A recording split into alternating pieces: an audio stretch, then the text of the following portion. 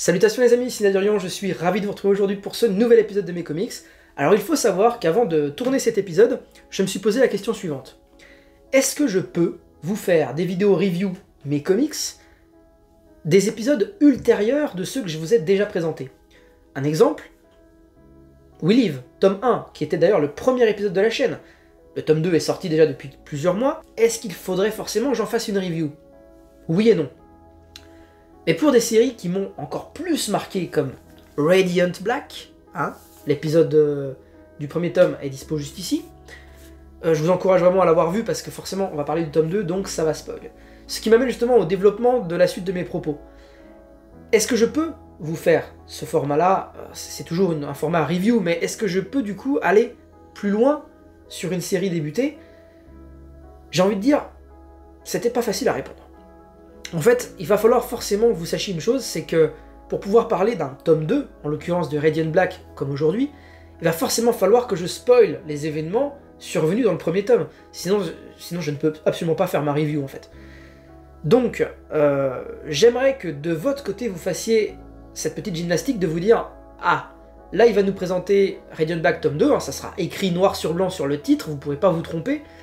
Et est-ce que j'y vais ou est-ce que j'y vais pas ?»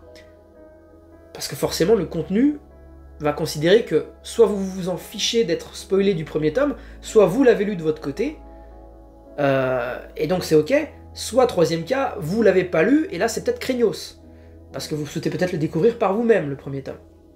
Voilà. Mais, quoi qu'il en soit, pour moi, c'est important de vous parler de ce tome 2, parce que, déjà, pour une bonne raison, Kyle Higgins, qui est l'auteur, hein, je le rappelle, de Radiant Black, a déjà développé son univers étendu, basé là-dessus. Un petit peu à la manière de ce que faisait, même totalement à la manière de ce que faisait Kirkman avec Invincible. Eh bien, Radiant Black, du coup, on aura des spin-offs. Je sais pas si Delcourt va tout sortir de ces spin-offs, je l'espère, parce que j'adore l'exhaustivité, vous le savez. Tout autour de moi justifie mes propos.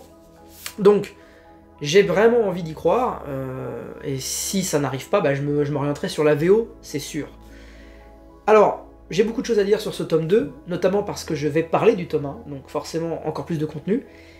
Mais là vous vous dites, putain, il a pas mis son petit cœur bleu traditionnel, comme il avait fait pour Radiant Black tome 1. C'est vrai parce que ce tome 2 n'a pas été un coup de cœur comme le tome 1. C'est toujours difficile de faire une suite à la hauteur d'un premier film. Souvent le premier film est vraiment fondateur de quelque chose, et les suites sont moins bonnes. Radiant Black, je pense pouvoir dire, et bah que c'est un petit peu ça. C'est un petit peu ça aussi. Moi je suis très subjectif, hein, vous le savez, j'ai absolument pas pour vocation de faire des vidéos en mode blog littéraire comics, à vous dire des vérités globales. J'ai absolument pas la capacité de le faire, et ni l'envie. J'ai surtout pas envie de faire ça. Moi si un comics je le trouve nul à chier, mais qu'il n'est pas nul à chier pour le commun des mortels dans un avis parfaitement objectif, ben moi c'est pas grave, je vais vous dire que pour moi je l'ai trouvé nul à chier. Il n'y a pas grand chose de nouveau à l'horizon dans ce tome 2, on continue en fait ce qui a été introduit dans le tome 1, mais j'ai un problème avec la manière.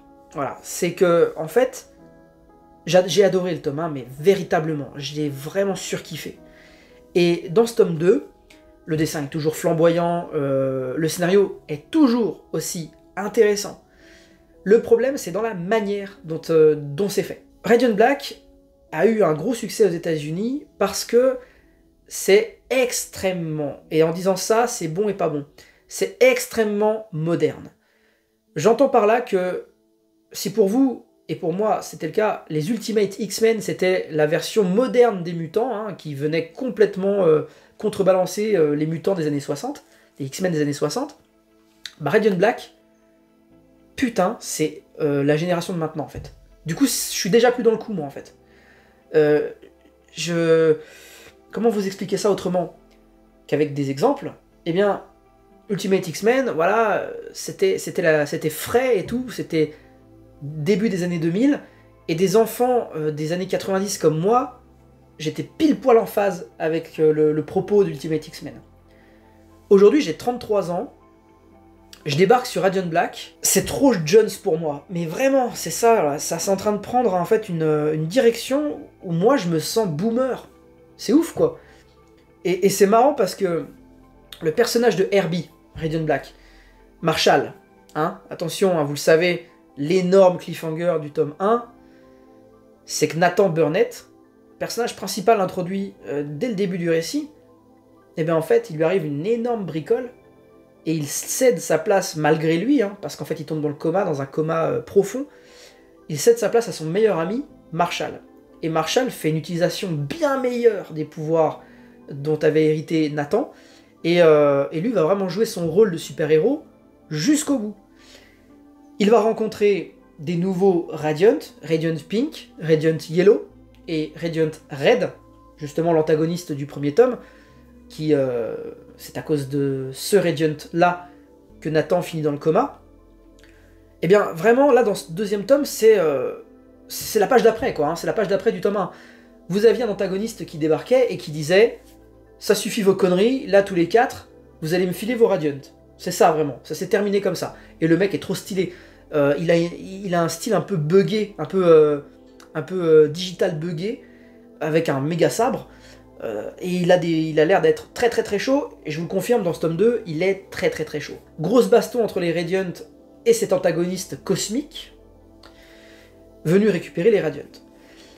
Dans Radiant Black, on a le langage Radiant. En fait, parfois les personnages, en tout cas Marshall, et c'était déjà arrivé à Nathan avant ça, ils s'entretiennent avec une entité cosmique, et lorsque les échanges se font, et bien dans les bulles s'insèrent des symboles comme ceci. C'est le langage Radiant. Et en fin de tome, vous avez une page avec l'alphabet Radiant, en fait. Ça permet de lire le Radiant. Donc vous pouvez vous amuser après votre lecture, ou même pendant, hein, mais je vous encourage plutôt à le faire à la fin. Comme ça, vous pouvez refeuilleter les pages dans le sens inverse et puis retrouver les moments où l'utilisation de ces caractères est faite. Et puis traduire les termes, qu'est-ce que ça évoque. En le faisant, moi je l'ai fait, hein, pour chacun des termes, bien souvent vous allez tomber sur des insultes. En fait, bien souvent, Marshall, qui a un langage assez, assez familier, il va dire genre putain, merde et tout, ou va te faire et tout ça, ça va être en fait écrit en Radiant. C'est une manière de censurer sans mettre les fameux caractères spéciaux qu'on pourrait connaître, genre les hashtags, les points d'exclamation, etc., comme on peut en voir dans certains comics. Là, on va utiliser le langage Radiant. Du coup, c'est cool parce qu'on peut quand même traduire les termes qui sont utilisés. Et ça, moi, je trouve ça trop cool. Quand tu as une interaction avec le lecteur comme ça, c'est trop trop bien. Mais, ce qui fait qu'aujourd'hui, ce n'est pas un coup de cœur, c'est encore une fois, je vous le dis, la construction. Ça va très très très vite. On a des sous-intrigues qui sont proposées, avec parfois un ou deux antagonistes, des seconds couteaux, hein, clairement, qui sont introduits un petit peu à la va-vite, et là ça m'a rappelé le premier tome d'Invincible, enfin la première intégrale d'Invincible, et c'est vrai que ces sous-intrigues dans Invincible, elles sont... il y en a tellement, c'est dingue, que du coup chaque personnage n'a pas forcément un traitement équivalent d'un antagoniste majeur. Là dans Radiant Black, il y a très très peu de sous-intrigues, mais il y en a quelques-unes, du coup on aurait pu prendre le temps de développer le contexte, le personnage en question, etc. Et non, on prend pas ce temps-là. Du coup, quand notre héros principal et ses amis, hein, parce que maintenant ses amis sont aussi sur le devant de la scène, un petit peu à la manière des Power Rangers, même c'est fortement inspiré, évidemment, d'ailleurs Kyle Higgins a été l'un des scénaristes des Power Rangers, dans la série que j'ai adoré, la série d'époque. Et puis, les antagonistes, du coup, arrivent et sont défaits aussi rapidement qu'ils ont été introduits. Moi j'ai du mal avec ces pages de remplissage, en fait. Parce que du coup, pour moi, c'est ça. C'est du remplissage.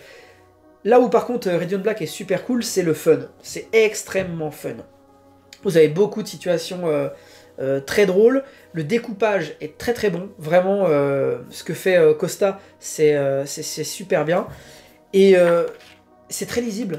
C'est très intelligible dans la construction. Le problème, vraiment, pour moi, et je suis sûrement trop dur avec ce comics par rapport à d'autres qui auraient mérité que je le sois encore plus, peut-être, mais ça dépend aussi du mood dans lequel vous êtes quand vous lisez. Moi, à chaque fois que je vous fais la review de quelque chose, j'essaie de faire deux lectures. Alors, une première profonde, et une deuxième en survol.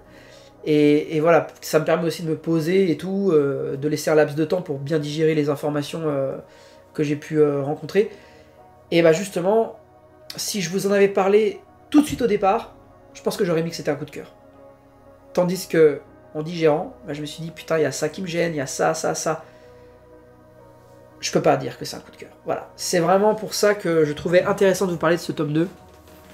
C'est très très bon. On attend la suite avec impatience, on attend les spin-offs, on attend tout ça.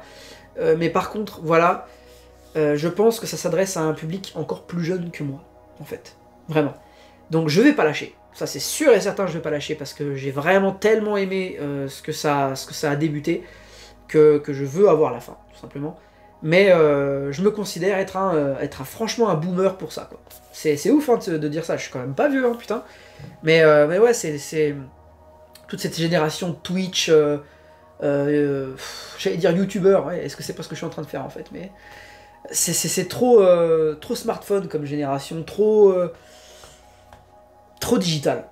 Vraiment trop digital, en fait, c'est ça le truc.